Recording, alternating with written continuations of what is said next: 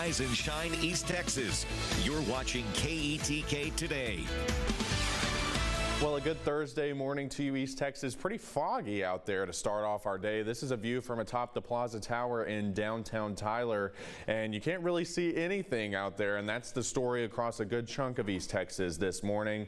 Temperatures in the 60s with the dew points right there as well, meaning the air is saturated, allowing it to condense, leading to all this dense fog out there. So keep that in mind as you head out the door this morning. Temperatures, though, very mild in the 60s and 70s across our portion of Texas, but as you go towards the Panhandle, we really start to cool things down. Even some snow falling up in the northwestern corner of the Panhandle this morning. Looking at rain chances across East Texas going forward, we have about a 50% coverage for your Friday. It increases to around 70% overnight Friday night, and then a 40% coverage Saturday. We clear things out to start up the next week, and then about a 20% coverage coming up again by next Wednesday. And looking at the temperatures over the next 7 days, we'll be just a little bit above average going into the weekend, around average on Saturday, then warming things up once again into the beginning of the week, just about 5 to around 8 degrees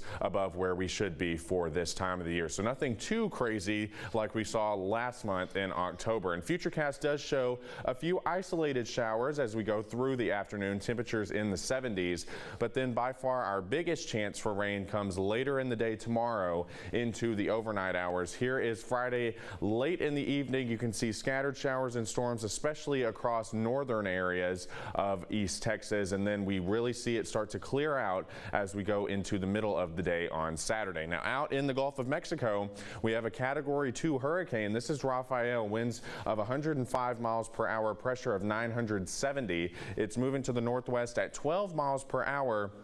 And that motion will generally continue until it starts to gradually turn to the west later on today. And then it's expected to kind of stall out over the western Gulf of Mexico. And that's why the cone gets so large, because there's so many possibilities of where it could go within that cone. So we'll keep watching it, but no threat to the Texas coast. Today we expect high temperatures of around 76 with isolated showers possible, especially later on this evening, about a 20% coverage, so nothing too crazy to talk about in terms of rain. Overnight tonight, we expect mainly the same as this afternoon, with temperatures just a little bit cooler in the 60s, and then we'll continue to see rain chances increase into the day on Friday, especially overnight Friday night.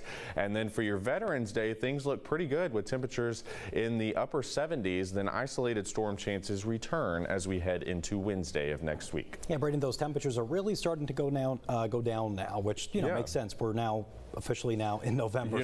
We had only 2 below average days the whole month of October, and so now to see the temperatures back closer to average, I'm sure is a big relief for a lot of people. Hopefully they can stay decent. Like, yes. When I say decent, I mean 65, 70, 75. I don't want to trickle down into 45 degrees or something like that, maybe in February or something like that, but the temperatures right now are perfect. I agree. All right, Braden, thank you. And to also show some appreciation